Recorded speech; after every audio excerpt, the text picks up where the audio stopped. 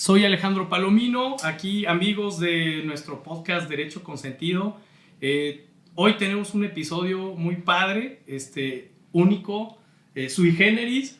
Desgraciadamente ya vieron que me acompaña el licenciado Javier. Yo siempre he querido estar solo, pero ni modo, tenemos que tener a alguien más aquí. Javier, ¿cómo andas? Muy bien, Alejandro. Creo que primero tenemos que aclarar, ya llegamos al precio del contrato. No había llegado Javier porque no le alcanzamos a dar su... Ya, ahora estoy de vuelta. No monetizábamos de tal manera. Exactamente. Creo que en este episodio sí vamos a monetizar. Creo que sí. Claro, tenemos a alguien que nos va a hacer llegar hasta arriba, Así al es. top. Cuéntanos, ¿a quién tenemos hoy? Pues mira, Alejandro, hoy el podcast se viste de gala, porque tengo que decirlo, tenemos una gran invitada. Nos acompaña el día de hoy la licenciada Cristina Márquez, ¿sí? Presidenta del Congreso Estatal de aquí de Guanajuato, ¿sí? Presidenta de la Comisión de Justicia. Y pues, ¿qué te puedo decir? El día de hoy estamos de gala. Creo que hoy no vamos a hablar nosotros. Sí, no. Diputada, hoy va a hablar usted. Creo que nosotros somos dos personas que no tendríamos por qué hablar tanto. Estamos muy orgullosos.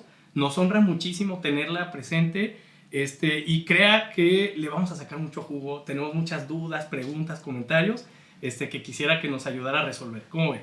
Muchísimas gracias. Yo estoy encantada y honrada en poder estar hoy con ustedes, Javier, Alejandro. Gracias por la invitación. Y estoy a sus órdenes para poder platicar aquí de lo que podamos platicar. Excelente, pues creo que son dos temas los que tenemos hoy en el itinerario de Derecho Consentido. Claro. El primer tema será, ¿cuál quieres elegir? A ver, en la tómbola ahí de Chabelo. Pues mira, hay dos situaciones que creo que el día de hoy han estado generando demasiada polémica, Alejandro, y creo que la licenciada con su conocimiento en estos dos temas nos pudiera ayudar. ¿Qué te parece si empezamos si le parece, licenciada, con la violencia vicaria? Que creo que ha sido al día de hoy un tema muy recurrente, al menos aquí en el estado, de creciente reacción, así se traba. Estoy nervioso, yo creo, y creo que lo podemos abordar. Pues empecemos, diputada. Violencia vicaria, sabemos que usted estuvo ahí amasando, peleando, forjando este criterio que se dio. ¿Qué nos podría hablar de esta figura? ¿Qué es?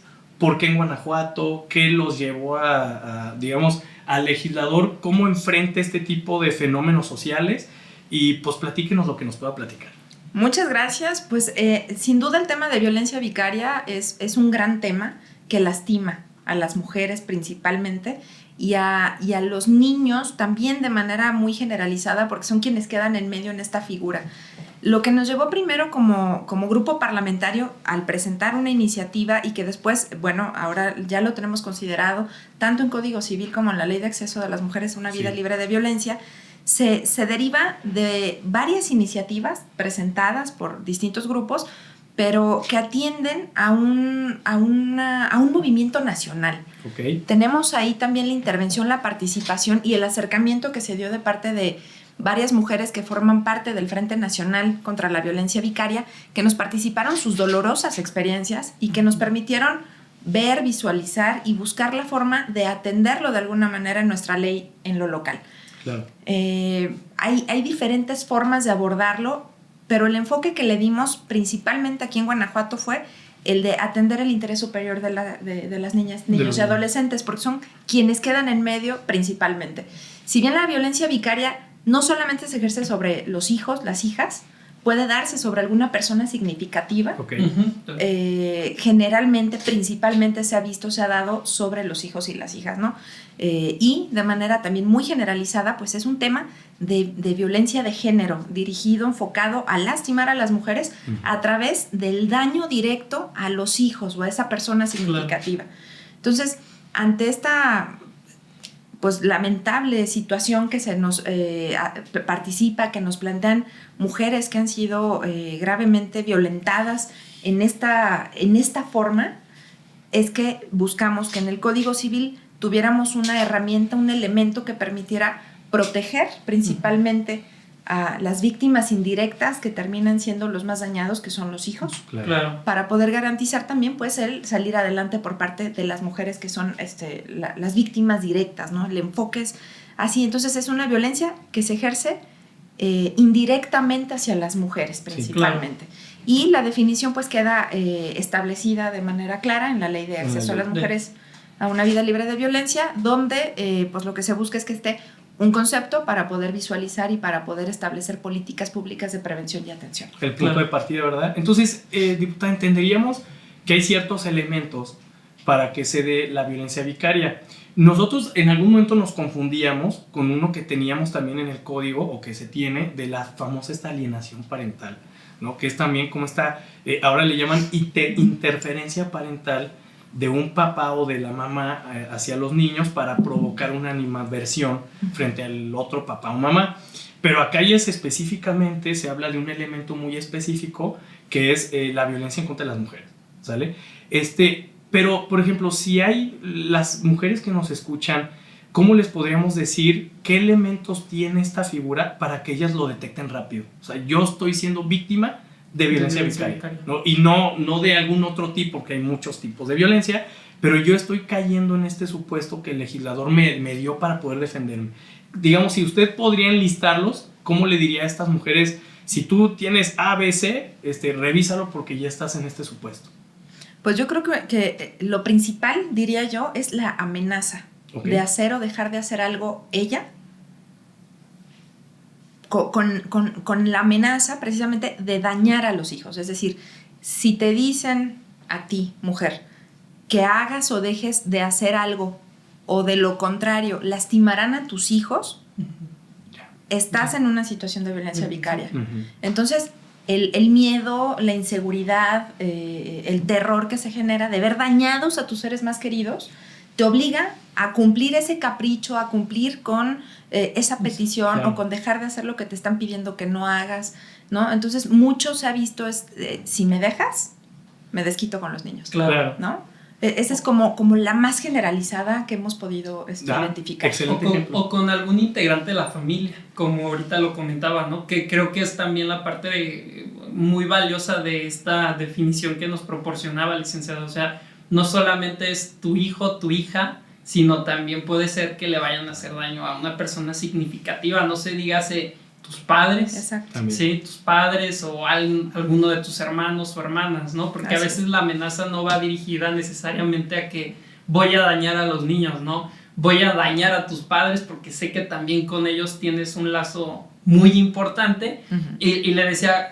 al menos lo rebotaba con Alejandro, cómo el parámetro de protección se extiende a la familia, ¿no? No solamente a tus hijos, que digo, es tu familia nuclear, pero también va extendida a tus demás familiares, ¿no?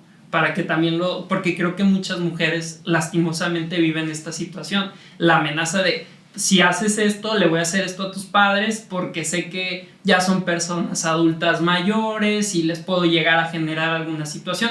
Entonces, ¿cuántas mujeres pues no cumplen precisamente los caprichos del hombre o las amenazas que esta persona le hace precisamente para evitar esa situación, ¿no? Yo tengo un ejemplo así súper básico que me ha tocado conocer y lo he comentado en otros lugares. Hay un ejemplo que me pasa mucho a mí en juzgados, diputada, de tenemos que sacar el pasaporte, ¿no? Los niños tienen un viaje a Disney, ¿no? De esas excepciones que algunas familias pueden tener para salir, pero pues sabe el hombre que tengo que ir yo a firmar el permiso, tengo que ir yo a otorgar el consentimiento y pues no voy a ir. Y yo siempre les digo, bueno, esa es una manera muy básica de ejemplificar esto, uh-huh, porque finalmente ¿a quién está dañando? No es que el hombre no quiera que los niños viajen finalmente, uh-huh, es porque sé que usted como mujer necesita ese permiso para podérselos llevar, uh-huh, y al final a la que le estoy dando en la torre es a usted, porque no se va a poder llevar a los niños, porque no va a poder viajar, y entonces realmente la conducta no iba dirigida a que el niño no tenga el documento, uh-huh, sino iba dirigido a que la mujer no hiciera su plan, no pudiera, uh-huh, ejercer su derecho, truncarle el viaje, ¿no? Plan. Y entonces ahí es donde vienen ejemplos muy absurdos que yo vivo diario, en verdad. Hay veces que tengo que ir a audiencias, a juzgados, exclusivamente para que el juez le diga, tienes que firmar, si no lo voy a firmar yo en tu rebeldía, ¿no? Ese control que se tiene todavía del hombre a la mujer sí es muy amplio, y creo que la figura en esa parte sí visibiliza acertadamente esta asimetría de poder que existe en la sociedad entre hombre y mujer. Que se va a quejar Alejandro, me va a salir un poquito del tema. Ya vamos a empezar con problemas. Sí, no, pero no voy a citar un antecedente de Roma, lo prometo, muy bien. Lo prometo, pero Sí, ¿cuántas veces, diputada Alejandro, esta situación de relaciones intergenéricas, ¿no? Donde siempre el hombre tiene que tener como el poder, ¿no? Y lo vemos, por ejemplo, en los convenios, y creo que esta parte de la violencia la va a empezar a erradicar en los convenios que celebramos en juzgados, ¿no? Uh-huh. Vas a vivir ahí, vas a vivir en la casa de quien fue tu esposo, siempre y cuando no te cases, ¿sí? Ajá, siempre y cuando no tengas una nueva pareja, ¿no? Entonces es ahí como donde se el sesgo sigue permeado en los convenios, exacto, sigue permeado en las sentencias, y creo que se va a ir erradicando. Y creo que ustedes como legisladores lo empiezan a detectar y lo empiezan a tratar de erradicar, ¿no? Y ahora toca, que no quiero decir que no lo hagan los juzgadores, pero ahora toca al juzgador empezar como a erradicar, a quitar todo este tipo de cuestiones, ¿no? Porque es claro, es como tú dices, Alex, truncarle a la mujer el plan, ¿no? Y nada más por querer hacerlo, por querer estar ahí, pues dando lata, ¿no? O sea, no hay otra justificación, queriendo violentarte, ¿no? Claro. Así es. Y una particularidad de la violencia vicaria, además, es que en toda esta configuración se puede dar cualquier otro tipo de violencia, tal como lo han expresado abogados. No te firmo un permiso, en el convenio también establezco ciertas condiciones que son dañosas, ¿no? Sí, totalmente invasivas del derecho humano de libertad de las mujeres, ¿no? Uh-huh. Y son totalmente violentas y agresivas, y también es violencia psicológica, y también se da la violencia patrimonial, y también puede haber violencia física, claro, que esa es la parte ya más grave que puede llegar a darse a través de agresiones de violencia física, uh-huh, poniendo en peligro la integridad de la persona significativa o de las hijas, los hijos, claro, para molestar, para dañar, para agredir a la mujer. Y al final el daño que percibe la mujer siendo víctima de violencia vicaria es un daño emocional, es un daño psicológico. Intangible. Totalmente. Claro. Uh-huh. Y entonces luego, ¿cómo reparas eso? Sí, totalmente. Sí, fíjate, ¿no? Se me estaba ocurriendo otro ejemplo, de los viajes, ¿no? O sea, la pareja se lleva a los niños y si no me hablas bien no los regreso. Uh-huh. ¿No? O me los voy a llevar y no vas a saber dónde vamos a andar. Uh-huh. Esa parte del control, ¿no? Que se genera mucho, y sí, todo esto me empieza a despertar todos estos problemas que nosotros hemos sido testigo en los asuntos de... Nosotros estamos muy cercanos a la materia de familia, y pues sí hay muchos temas que creo que la violencia vicaria le pone ahí el punto sobre la I. Ahora, yo quisiera meter un poquito más la sanción. Uh-huh. En el Código Civil se propone y se agregó una fracción que sanciona a la persona que ejerce este tipo de violencia a la suspensión de la patria potestad. Uh-huh.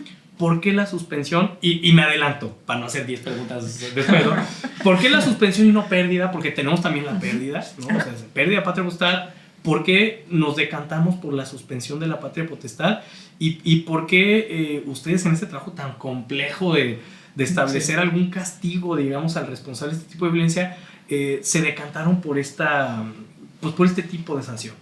Ahí tenemos esa, y también el cambio de custodia, ¿no? Cuando está decretada. Y en el caso de la patria potestad, la verdad es que fue una discusión muy interesante al seno de la Comisión de Justicia, sí, porque la perspectiva fue, y tenemos que como legisladores atender precisamente pues la materia internacional, ¿no? Uh-huh. Todo nuestro bloque, claro, de derechos humanos, todo el bloque, sí, convencional. Entonces, ante eso, parecía, y llegamos a la conclusión después de, la verdad, varias horas de discusión, de que es una medida extrema, okay, y desproporcional, sí, en la suspensión inmediata o automática, perdón, la pérdida inmediata, la pérdida de la patria. Entonces, la suspensión, en tanto se resuelve, se determina, toda la situación legal y de posibilidades de se recompone, no se recompone, si fue o no fue, okay, ¿no? Claro. También porque tendríamos que estar considerando que para llegar ya a un caso de violencia vicaria también tiene que haber una probanza. Entonces, ante la sospecha se puede suspender. Claro. Y esa es una parte. Ya cuando vaya avanzando el proceso judicial, entonces podrá el juez estar determinando la definitividad de si se queda suspendida otro ratito, si va a haber rehabilitación, algunas medidas, pues ya saben, justicia terapéutica y demás también, a sí, lo que tendríamos que estar sujetando a los agresores para que no haya repetición también, claro, aparte del castigo que pueda darse, y garantizar el derecho de los menores a convivir y a formar parte de la familia de la que provienen, ¿no? Y entonces, más que garantizar el derecho del padre, generalmente es varón el agresor, del padre a los derechos familiares con respecto de los hijos, es más bien proteger a los hijos de no perder los derechos que tienen con respecto de los padres, en tanto no haya una determinación final, ¿no? Claro. Sí. Que claro que si el agresor, que generalmente pues, es el hombre, materializa las amenazas a través de violencia física, pues estaría encuadrando en la pérdida de la patria potestad. Sí, exactamente. Ahí tendríamos que estarlo hilando precisamente con otra materia, que ya nos tenemos que ir también a la materia penal. Claro. Pero en materia penal, me voy a adelantar a lo mejor aquí adelante, algo. Adelante. Pero en materia penal, que también fue algo que discutimos, nos parece que no es procedente. Estamos convencidos de que si nosotros tipificamos de manera casuística la violencia vicaria en el Código Penal, lo único que vamos a generar es impunidad. Sí, claro. Porque entonces, en vez de sancionar los daños que se le están generando, digamos, a los niños de tal familia, estaríamos sancionando algo más intangible, tal vez con una mucho menor penalidad, cuando la agresión pudo haber sido incluso una agresión sexual a los niños, pudo haber sido una violencia física que le dejó daños, marcas, en fin, lo que se puedan imaginar. Y eso quedaría sin sancionarse por haber configurado violencia vicaria. Entonces, dejamos fuera la materia penal, nos enfocamos a la materia civil para garantizar la protección del marco de los niños, su esfera de convivencia y garantizar su integridad. Claro. Y de darse situaciones de otra índole, se sancionen con respecto a aquello, sin que esto deje de correr también por la vía que debe. Por la vía. Fíjate qué interesante es, la diputada nos está dando dos vertientes, ¿no?, de la suspensión de la patria. Una es como medida de protección, digamos, intrajudicial. Aquellas personas que nos están escuchando, si sufren de este tipo de violencia, acérquense a los abogados y pueden pedirlo como medida de que deje de suceder lo que está sucediendo, en lo que vemos cómo nos agarramos ahí en el juicio, pero también como sanción. Claro. O sea, una vez acreditado, va a venir una sanción que va a tener que regular y reparar esto, porque es lo que dice la diputada, no nada más es te voy a suspender temporalmente, sino la temporalidad va a buscar una reparación. Claro. Hay que buscar volver a conectar los vínculos paterno o materno-filiales. El problema es contextual, porque dependiendo del tipo o gravedad de violencia que se esté ejerciendo, no es lo mismo lo que yo comentaba, ¿no? Pues no firmo el pasaporte por estarte molestando, a una situación física de agresión sexual, que tiene que ser, los jueces tienen que meter las manos, y que hay mucha ya legislación que les prevé. Pero creo que hay, perdón que te interrumpa, Alex, creo que ya hay los legisladores ya le dejaron la puerta abierta, que eso es lo que sí se aplaude. Yo nada más te dejo abierta la puerta y ya tu juez, caso por caso, ve diseñando lo que tengas que implementar, ¿no?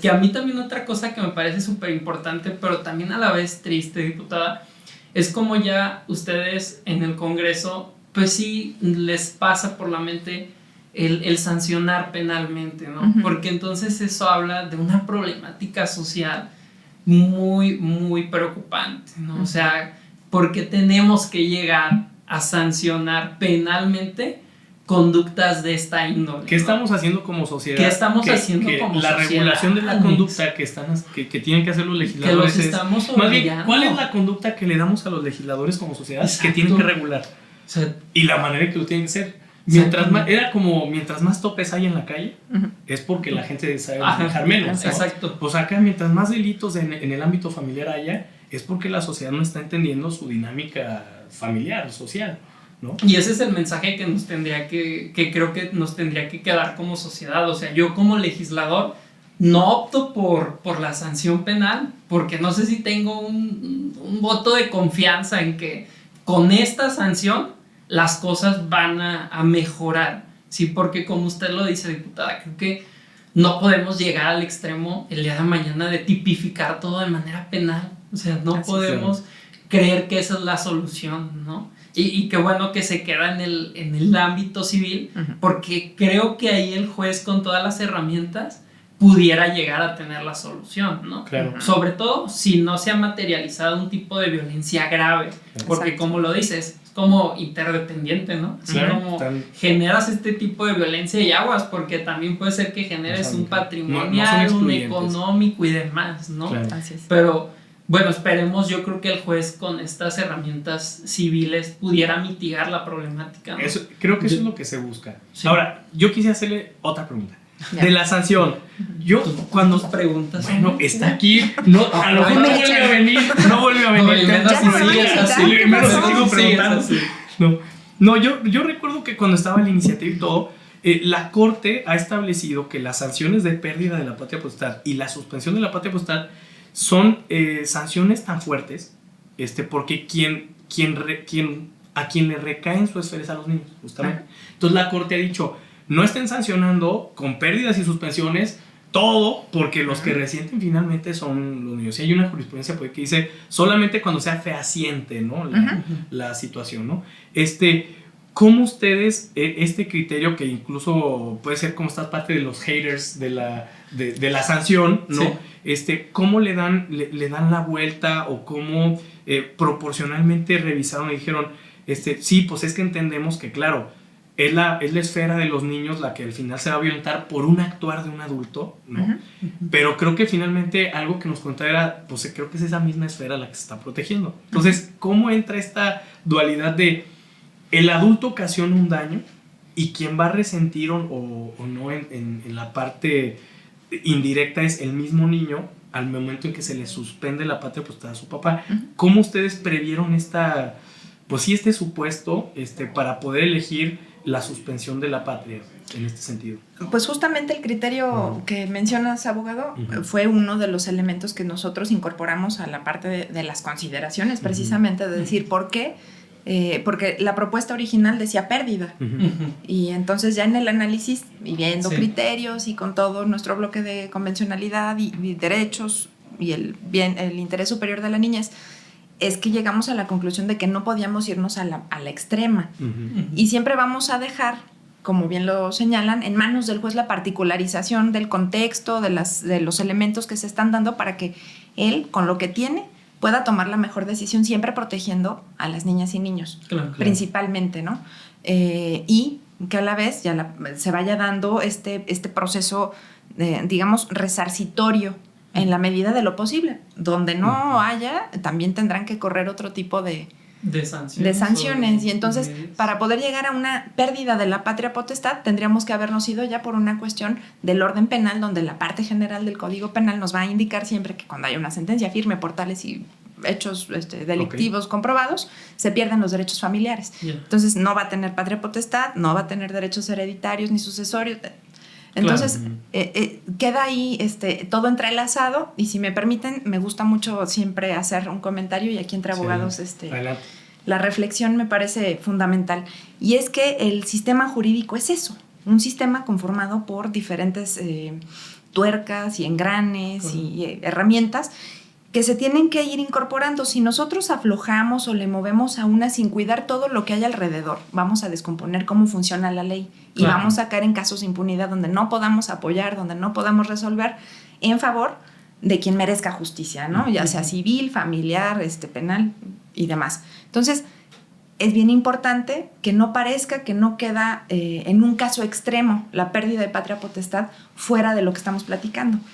Ahí está, pero el camino es otro. Sí, totalmente, porque y luego, bueno, viene ahorita a mi mente precisamente lo que ya comentabas de la alienación parental, ¿no? Y cómo la Corte precisamente se pronuncia en torno a la sanción. Es decir, ¿la sanción cuál era? Pues te suspendo o... Sí, claro, Guanajuato te expulso, te amonesto. Te suspendo la patria potestad por la alienación que generas, pero resulta ser que entonces los niños van a estar bajo la guardia y custodia de la persona a la que en teoría no quieren, a la persona en que en teoría están en contra de. Entonces es como, espérame, si checaron que el interés superior de la niñez es más bien, ¿qué hacemos con ya lo que te decía, ¿no? A ver, entonces no hagan el cambio de guardia y custodia porque eso no es benéfico para los menores, pero entonces ¿qué hacemos con el padre al que se le privó de ciertos? Ok, entonces hay que tomar otra medida distinta que no sea necesariamente el cambio de guardia y custodia. Que eso es lo complejo. A mí me ha tocado tener sentencias donde se acredita la interferencia parental, pero su ejecución es complicadísima. Porque si ya está muy adelantada esta interferencia, en la Ley General de Niñas, Niños y Adolescentes establece que hay que eliminar al ente alienante, pero de facto, ¿no? Pero eliminarlo de facto implica dejarlos entonces con aquel con el que existe exacto, el problema, ¿no? Entonces ahí es donde las sentencias a nosotros las hemos vivido y decimos, lo logré, pero estuvo peor. O sea, porque al final el niño al rato se escapa, yo no quería estar con ella, yo no quería estar con él, etcétera. Y pues se viene una complicación que aquí lo retomo un poquito también con esta parte, ¿no? La violencia vicaria también va a tener ese tipo de sanción. Es sabido que la suspensión de la patria potestad implique, digamos, como consecuencia el cambio de custodia temporal. Eso es lo que viene ya de una sanción que dice te suspendo la patria.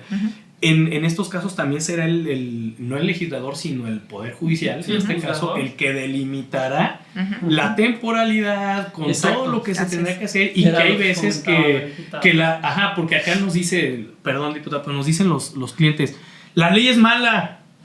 Bueno, es que la ley no es mala, o sea, la ley prevé el supuesto, pero ya en la operación de la misma es donde se tiene que tocar los detalles finos de cómo se va a implementar ya las sanciones. El traje a la medida, ¿no? Que siempre hemos hablado de que exactamente, el juez tiene que diseñar el traje ya con lo que ustedes como legisladores ya le pusieron sobre la mesa, ¿no? Así es. Si no, de acuerdísimo. ¿Algo más de la violencia? Pues de la violencia nada más una situación más, es pregunta también, diputada, espero que no.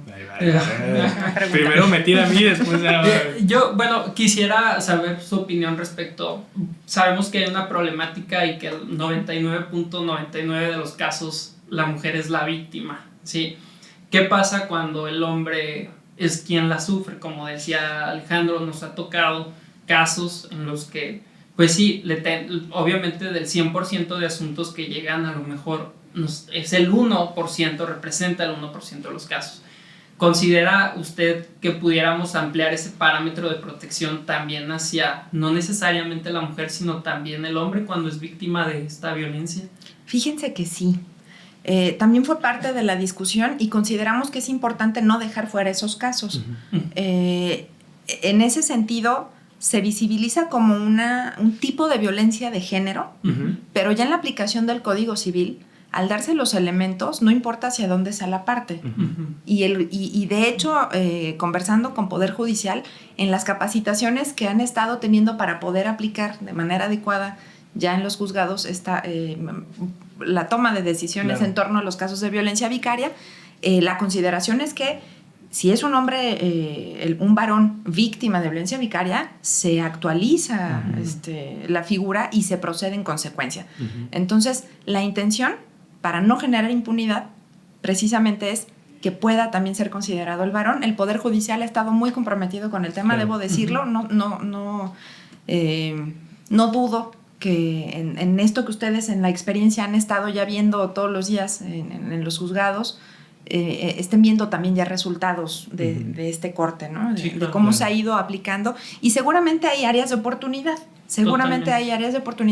y ahí es donde es sumamente valioso poder conversar con ustedes como quienes están todos los días precisamente frente a los juzgados practicando, echando a andar la ley. Ustedes son lo que le da movimiento y espíritu y nos pueden ayudar a ver dónde están esas áreas de oportunidad a nosotros que diseñamos la ley desde el Congreso del Estado. Y la participación con los juzgadores, esta colaboración que tienen con nosotros para poder aportar en el diseño de la ley, pues también es fundamental, porque no es tarea fácil la del legislador, fíjense.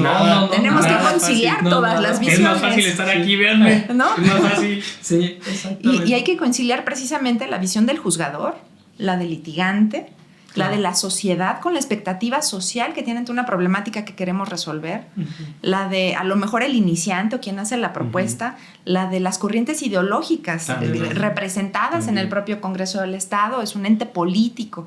Entonces, conciliar para que tengamos un producto legislativo, lo único que debe tener así como meta es que genere un beneficio a la sociedad.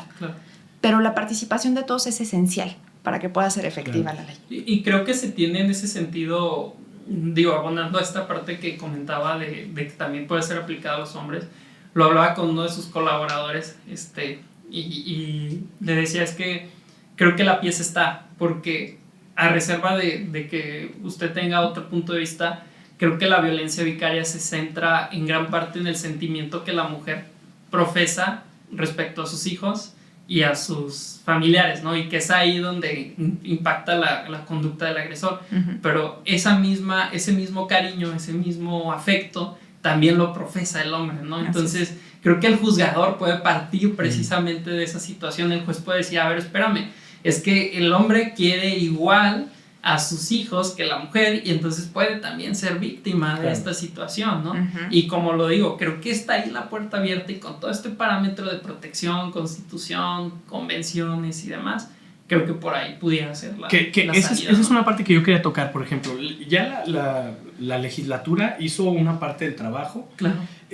¿Cuál era el pero que en algún momento nosotros, cuando revisamos, en otro episodio lo platicamos? El pero es, por ejemplo, la definición de violencia vicaria viene en la ley para erradicar la violencia de las mujeres, y el Código Civil solamente lo prevé como una sanción de suspensión de la patria, ¿no? Entonces, ¿qué pasa? Nosotros lo veíamos en la construcción jurídica. Nosotros decíamos, ok, si yo alego violencia vicaria, el elemento más cercano que tengo de la definición es esta que tenemos en la ley para erradicar la violencia de las mujeres, ¿no?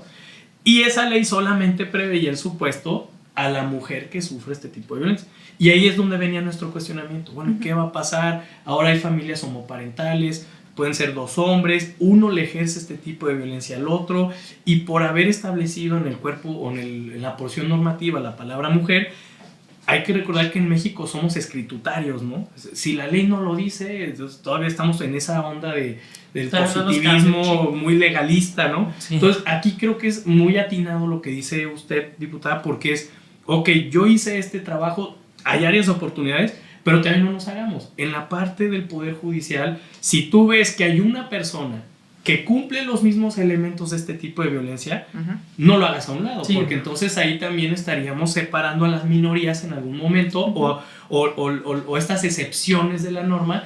Y creo que yo me llevo como conclusión de esto que dijo la diputada es, okay, el artículo está así, pero no porque el artículo está así no quiere decir que el operador de la norma no pueda utilizarlo. Ya te di las herramientas para que lo distribuyas equitativamente en otro tipo de contextos familiares, ¿no? Creo que eso es lo que yo me llevo de esta frase que dijo, y que era algo que le quería preguntar. Yo traía así la espinita de por qué le pusieron, y ya la contestó. Se anticipó. Muy bien. Tenemos una dinámica de conclusión, diputada, que es, siempre les arrojamos una o dos conclusiones que quieran dar del tema. En nuestro caso creo que la orillaríamos a los problemas que tiene el legislador al enfrentar este tipo de fenómenos, y cada uno nos comprometemos a dar dos conclusiones. Para dar ventaja, vamos a empezar con Javier. Okay. Vamos a empezar con Javier, que dé una, luego yo doy una, y luego la diputada, y luego aterrizamos la bolita para tener esta chance de emitir dos conclusiones. Ok, empiezo con mi conclusión respecto a la violencia vicaria. Vas. Ok, perfecto. Bueno, en relación a la violencia vicaria, solamente concluir, me parece una muy, muy buena idea que tuvo el legislador, ¿sí? Me parece un problema, un verdadero problema, ¿sí? Y como lo comenta, yo creo que el juzgador, y por ahí tendría que, no sé, en algún momento incluso proponerlo, ¿no? Porque es también lo que dice la diputada, bueno, pues no nada más critiquenlo, propónganlo en sus demandas, ¿no? Y creo que por ahí pudiera ir, ¿no? Algo de perspectiva para poder ampliar la protección a lo que tenga que suceder. El punto medular es proteger a las niñas, niños y adolescentes, ¿no? Claro. Yo como conclusión de la violencia vicaria creo que es lo voy a decir muy parecido a la parte de la alienación parental, es que yo sí estoy de acuerdo en que la sanción sea la suspensión de la patria, por lo que decía la diputada, porque además es temporal, es como una amonestación, pero además hacerle entender a la gente, te están amonestando porque no ejerces correctamente tu custodia ni tu patria potestad. Precaución. Es como oye, así no debes de usar la patria potestad que tienes, entonces, pero si lo vuelves a hacer, vendrán otro tipo de consecuencias. Y a mí creo que se me hace muy atinado que sea una suspensión, porque es lo menos invasivo y es la parte de decir, no estás usando bien tus derechos para con tus hijos, ¿no? Entonces, esa es una de las conclusiones que yo emito, diputada. Pues yo creo que el hacerle frente a este tipo de problemáticas desde el legislativo como diputados versa en una ruta que me voy a atrever a señalar ahora muy simple. Primero, reconocer un problema. Claro. ¿No? Reconocemos una problemática, detectamos una necesidad, estudiamos el marco jurídico para ver cómo podemos insertar la solución dentro del marco jurídico a esta problemática. Nos hacemos llegar opiniones de los diferentes actores para poder contar con una buena norma, una buena ley que ayude, permita, por lo menos encauce a la solución del problema que detectamos en primera instancia. Perfecto. En relación a la segunda, pues lo que tú quieras, aquí en relación a la, ejerce tu libre a la actividad legislativa. Ajá. No, bueno, yo también concluiría que qué trabajo tan complicado tiene, ¿no, diputada? Porque la sociedad va en avanzada y creo que la dinámica social al día de hoy es tremenda. Es vertiginosa. O sea, yo creo que cuando ustedes publican o el Ejecutivo publica en el periódico, yo de verdad creo que ya salieron 3 problemas más, ¿no? Y cómo mitigarlos, cómo solucionarlos. Yo siempre he creído que ustedes y el judicial tienen que ir siempre de la mano. O sea, es que ustedes le dejan la puerta abierta y el juzgador tiene que ser muy creativo con lo que ustedes le dejan, ¿sí? Porque ustedes no van a ir a la par de la sociedad. Es complicadísimo que el legislador vaya conforme va la sociedad generando situaciones. Entonces, mi conclusión en relación al trabajo de la licenciada es qué complicado ha de ser, Alejandro. ¿Sí? Decían por ahí, a lo mejor nosotros como abogados litigantes es más fácil destruir, ¿no?, que construir, pero lo que ustedes hacen de verdad creo que es muy complejo y el juzgador tiene que ir ahí a la par de ustedes, a la mano del legislador. ¿Sí? Bien, no, totalmente de acuerdo. Yo creo que mi última conclusión es, lo dije en el episodio en el que hablamos de la violencia vicaria, hoy es momento de visibilizar las asimetrías de poder y no podemos cansarnos, ¿sí?, en visibilizarlas, ¿no? O sea, eso creo que es, y esta parte del reconocimiento de este tipo de violencia le da hacia el centro, hacia el dardo, le cae en el centro de la visibilización de la asimetría de poder que todavía existe hoy y que todavía nos queda un muy buen rato, hay que aceptarlo. Entre hombres y mujeres hay una disparidad muy grande socialmente, oportunidades laborales, personales, y creo que no podemos, ni hombres ni mujeres, cansarnos en visibilizar. Claro, como lo dijo la diputada, se visibiliza y mañana empezamos a construir con base en eso. Sí. Pero lo que tenemos que hacer de inicio es no podemos negarnos a la visibilización, podemos criticar, podemos construir, pero no nos podemos negar a que hay este tipo de iniciativas que visibilizan la asimetría de poder. Última conclusión. Totalmente de acuerdo, y antes de proceder a mi última conclusión, agradecerles muchísimo la invitación a abogados. Y después de esta enriquecedora charla, de verdad es que la conclusión que debo participarles hoy es que la sociedad, precisamente por lo dinámica que es, por lo avanzada que está, los ciudadanos, que también son mucho más participativos, sí, y se involucran más en lo que está pasando y se acercan a nosotros como representantes populares y participan en diferentes consejos ciudadanos para tomar decisiones en lo público y todo, nos obliga particularmente a los legisladores a estar cada vez más preparados, a profesionalizarnos, sí, especializarnos en las diferentes materias que estamos atendiendo en el Congreso y a ir de la mano precisamente de la sociedad. Entonces creo que es un círculo virtuoso el poder estar desde el legislativo en contacto con quienes todos los días trabajan en los juzgados, con los propios juzgadores, en los asuntos de orden administrativo, pues con las instancias aplicadoras, ejecutoras, y por supuesto un diálogo permanente con la sociedad, un diálogo permanente con quienes nos han dado la confianza para estar ahí y con el compromiso, reitero, de prepararnos y ser cada vez más profesionales para responder a esa confianza y para hacer de mejor manera las leyes que tenemos que formular para que el Estado de Derecho funcione. Exacto. Muchas gracias. ¿Quieres concluir ya con algo? Pues agradecerle, diputada, esta es su casa, el día que usted quiera, aquí está abierta la puerta. Es algo complicado el comprender y aguantar al licenciado Alejandro, pero lo lograron. Lo logramos. ¿No? Yo quisiera agradecerle en verdad infinitamente. Javi, hoy tuvimos a la presidenta, sí, del Congreso del Estado, a la presidenta de la Comisión de Justicia, pero además a una abogada. No se les olvide, es abogada. Entre abogados nos veamos, ¿no?